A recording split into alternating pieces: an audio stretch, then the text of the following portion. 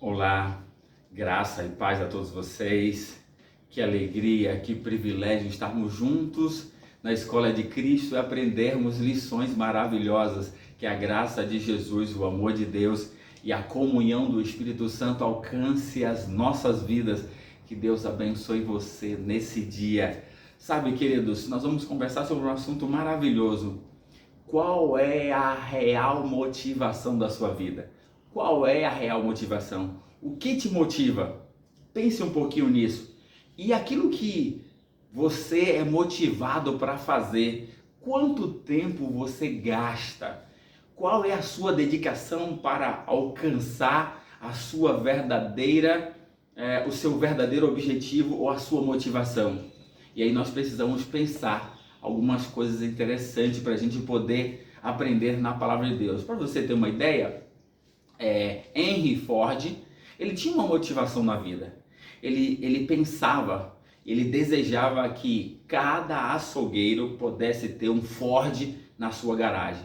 Ele imaginava que cada pedreiro pudesse ter um carro Ford em sua garagem. Ele pensava que cada trabalhador, por mais simples que fosse esse trabalhador, deveria ter um Ford em sua garagem, em sua casa. E essa era a motivação de Henry Ford: levar o máximo dos seus carros para as pessoas no mundo. A Martin Luther King também tinha uma causa, também tinha uma motivação. Sabe qual era a motivação de Martin Luther King? Ele pensava, ele desejava num futuro próximo de ver crianças brancas e negras brincando juntas, felizes, sem preconceito. Essa era a motivação, essa é a motivação de Martin Luther King. E qual é a sua motivação? Qual é a real motivação da sua vida? Quanto tempo você gasta para que isso seja uma realidade, para que você alcance os seus objetivos? Queridos, então nós vamos agora estudar a Bíblia para a gente ver a causa e a real motivação que deve levar a mim e a você. Vamos orar para que possamos abrir a palavra de Deus. Querido Deus, amado Pai, nós queremos então agora ouvir a Tua voz por meio da Tua palavra, para que a real motivação faça parte da nossa vida. Sem Ti nada somos, Senhor. Nós precisamos de Ti. Ajuda-nos, Santo e Bom Espírito. Nós oramos em Teu nome. Amém. Martin Luther King, aí ele cravou uma frase fantástica. Ele diz assim: se você não tiver uma causa pela qual valha a pena morrer, você ainda não encontrou a razão da sua vida. Então, Martin Luther King diz que eu e você precisamos ter uma causa que vale a pena perder a nossa vida.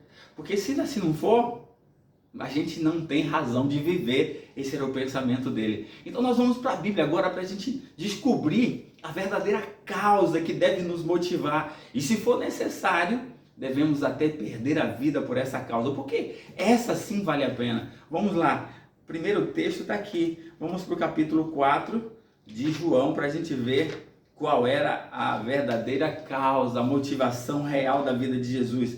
Capítulo 4, verso 34, Jesus diz assim, olha só para os discípulos. Disse-lhe Jesus a seus discípulos: a minha comida consiste em fazer a vontade daquele que me enviou e realizar a sua obra. Jesus tinha como objetivo fazer a vontade de Deus e realizar a sua obra. Essa era a motivação real de Jesus. Para que isso fosse uma verdade, sabe o que aconteceu no capítulo 3, verso 16 e o 17 diz que porque Deus amou o mundo de tal maneira que deu seu Filho unigênito para que todo aquele que nele crê não pereça, mas tenha a vida eterna. Porquanto Deus enviou seu Filho ao mundo, não para que julgasse o mundo, mas para que o mundo fosse salvo por ele. Jesus tinha tão claro essa missão, essa era a motivação dele, que aqui ele sabia que ele estava para fazer a vontade de Deus e Deus o enviou para que ele pudesse morrer para salvar a você e a mim. Pronto, e Jesus assim perdeu a sua vida.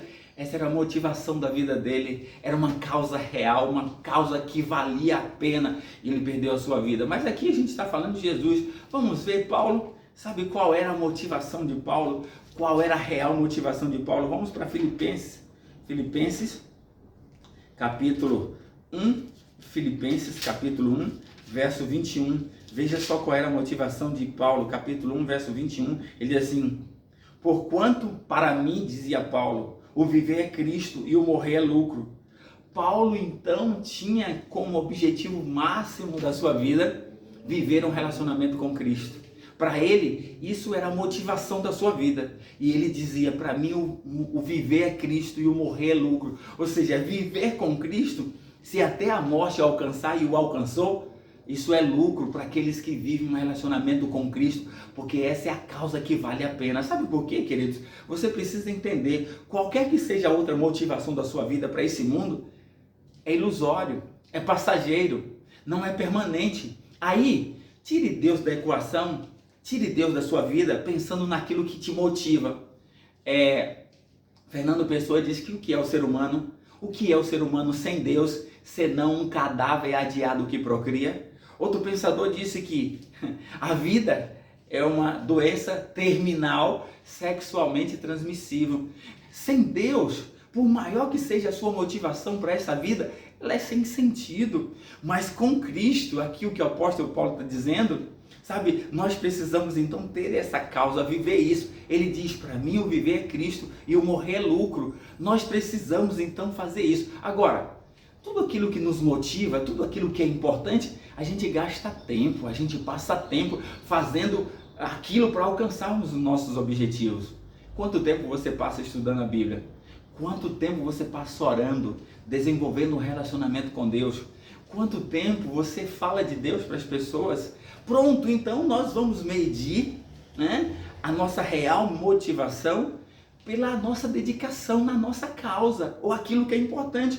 Eu sei, e você gasta muito tempo no seu trabalho, é importante. Gasta tempo na relação com a família, é importante. Gasta tempo nos divertimento ou nos prazeres, ok, tudo isso tem os seus méritos, mas tudo isso é ilusório, tudo isso é passageiro, sabe? Isso não vale a pena você perder a sua vida por isso. Agora, pela causa de Deus, vale a pena. Aqui Paulo está dizendo, Paulo tinha tanta consciência com relação a isso, que ele então agora no capítulo, em Timóteo, capítulo 4, 2 Timóteo, capítulo 4, vamos perceber isso, que ele tinha essa compreensão real.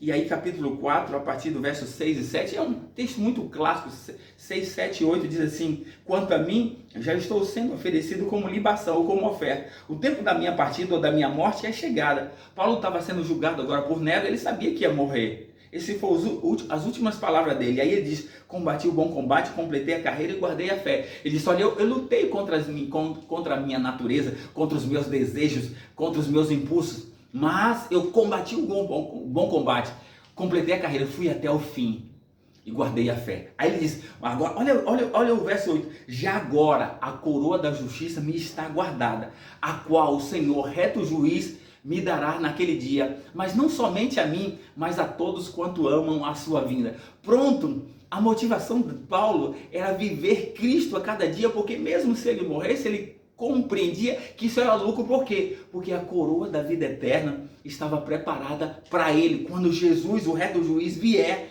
vai dar a coroa da vida eterna. Aí ele diz, mas não só a mim, mas a todos quanto amam a sua vinda. Eu e você precisamos amar a vinda de Jesus. Agora, como é que eu vou amar algo que eu não conheço? Nós só podemos amar aquilo que a gente conhece. Então, nós precisamos a cada dia estudar a palavra para conhecer com relação a essa proposta de uma vida eterna para mim, para você, porque isso vale a pena a gente gastar as nossas energias.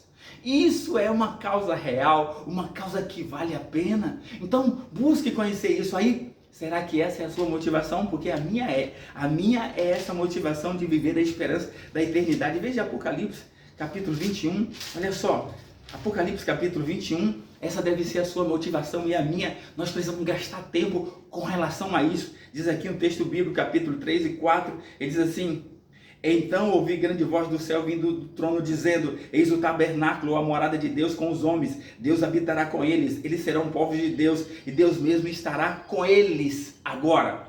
E lhes enxugará dos olhos toda lágrima e a morte já não existirá, já não haverá mais luto, nem pranto, nem dor, porque as primeiras coisas passaram. E aquele que está sentado no trono, Jesus Cristo, disse: eis que faço nova todas as coisas. E acrescentou: escreve, escreve, porque essas palavras são fiéis e verdadeiras. Queridos, se eu não acreditar nisso, eu vou acreditar em quê? Nas filosofias humanas? Nos conceitos humanos? Nas ideias humanas? Na tecnologia? Na ciência? Nos políticos? Sabe, não tem nada em você mesmo, em mim, nada. Nada nós podemos confiar, mas aqui sim é a minha única esperança. Eu devo gastar tempo. Essa deve ser a sua motivação, essa é a minha motivação. Viver essa esperança da eternidade. Aí Jesus garante, e lhes enxugará dos olhos toda lágrima. Não tem mais morte, acabou o mal. Acabou a morte, acabou o sofrimento, acabou o problema. Deus estabelecerá o seu trono, o seu reino eterno aqui, vai morar conosco. Ele diz, olha, aquele que está sentado no trono, Jesus diz: escreve, escreve, porque essas palavras são fiéis e verdadeiras. Ele quer que eu e você possamos crer nisso e viver a grande alegria dessa maravilhosa promessa. Sabe, a motivação da nossa vida deve ser isso. Então que você se motive por isso, que essa seja a sua real motivação a cada dia. Que Deus te abençoe, que possamos gastar o nosso tempo na busca daquilo que vale a pena, que é realmente viver a esperança da eternidade. Que Deus te abençoe e vamos orar nesse instante. Amado Deus, querido Pai, obrigado pela Tua palavra, obrigado porque nós temos essa esperança, obrigado porque nós queremos viver a realidade da eternidade com Cristo a cada dia. Nós oramos por Jesus. Amém.